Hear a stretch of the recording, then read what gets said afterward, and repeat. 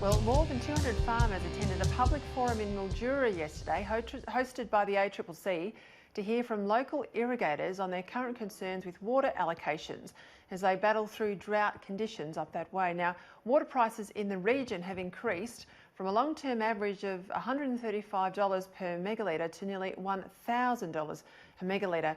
Joining me now from Mildura is third-generation citrus grower and Sunraysia Citrus Growers Chairman, Kevin Koch. Kevin, great to have you on the show. I really appreciate you making time. I know it's not easy up your way to get an internet connection, God help us, I've been told, but I appreciate the efforts you've gone to tonight. I think it's really important we around the rest of Australia get our head around water allocations, and I think some of the mishandling of policy in recent years.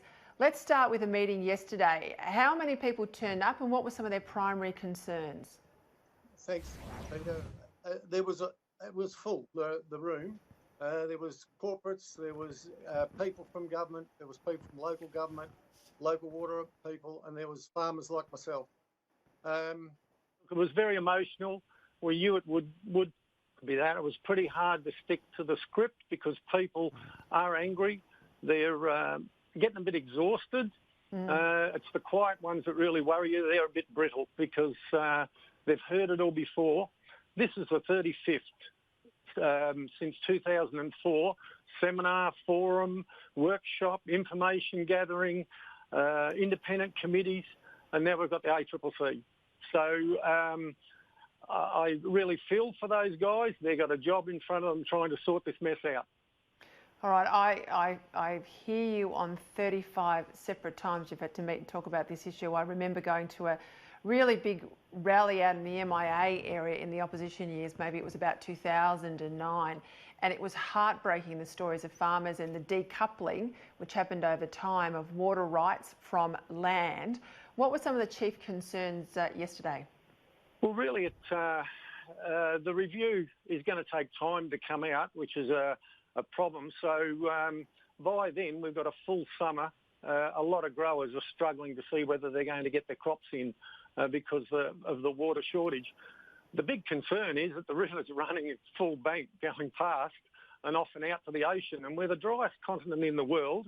And I can't see how water going over the barrage into the ocean is helping the environment. Well, it's not, and this is the whole point. So you're saying your citrus growers don't have enough flows because they're all going the way of environmental flows down into South Australia. Now, yesterday the government announced $100 million, God help us, taxpayers' money there again, going to the South Australian government to crank up their desal plant down there to enable the waters that are flowing through your community down to South Australia to stay in your community. Now, what did you think of yesterday's announcement?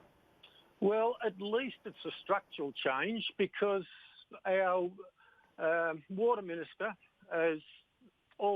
he's an ex-banker and he can give a lot of sympathy and he's very used to giving out money, but at the end of the day, nothing's changed since 2003. So, you know, it's... You're talking there about David Littleproud, I presume, yes? So what do you want the Minister, David Littleproud, to do? What could he do tomorrow, in the view of your community, to at least start to turn this around? Well, him and his team, Susan Lay, Bridget McKenzie and Barnaby Dam Joyce, could really stop the water going over and restructure that bottom end. That would be equivalent of one Hume Dam a year left for those towns that are now dry and left for the people that are need to grow fodder. His announcement the other day is welcome, but this is how silly it is. They're tipping fresh water into the sea. It's going around the corner. It's taken the salt out of the fresh water and send it back up to grow fodder. Now, I've talked to a couple of fodder growers. One guy said he didn't even plant his fodder this year because of the price of water.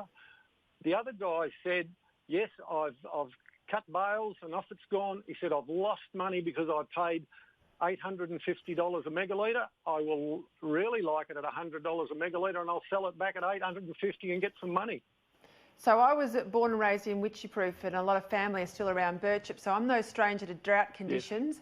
Yes. What about the issue that people want to see that water rights and land are linked again, that we stop this decoupling and allow the bankers in Sydney and Melbourne, basically, and overseas interest to trade off water rights? Yes. Look, as you said, I'm a third generation farmer, so I listened to my grandfather and my father, who was passionate about the water. He was on water boards, and he said they will rue the day that they shift water from land. He said it just won't work, and he was right. It hasn't worked. It's got into the hands of people that don't care about growing food. No. They're talking about profit. Maybe we've got to go back and have a real good look at that. I think the ACCC has got a challenge. They've got equivalent of 3 different teams, the Victorian team, the South Australian team and the New South Wales team. And I related it to 3 football codes, all on the same oval, all trying to kick a goal, and they're going to try and be the umpire. I don't like their chances. Well, Kevin, I want to stay right across this issue, particularly the issue of water. I know we talk about drought. Well, we can't make it rain, but we can certainly do more about harvesting and better working our water allocations right around the country. So I really appreciate you making the effort to go onto someone else's Skype, because your own internet's so poor. That's another thing that gets my goat. We've got a multi-million-dollar NBN, and you can't even get a decent line out of Mildura. But if you can please stay close to the program, I'd love that very much, so that we can stay with plenty of attention on this issue. More than welcome. Thank you very much.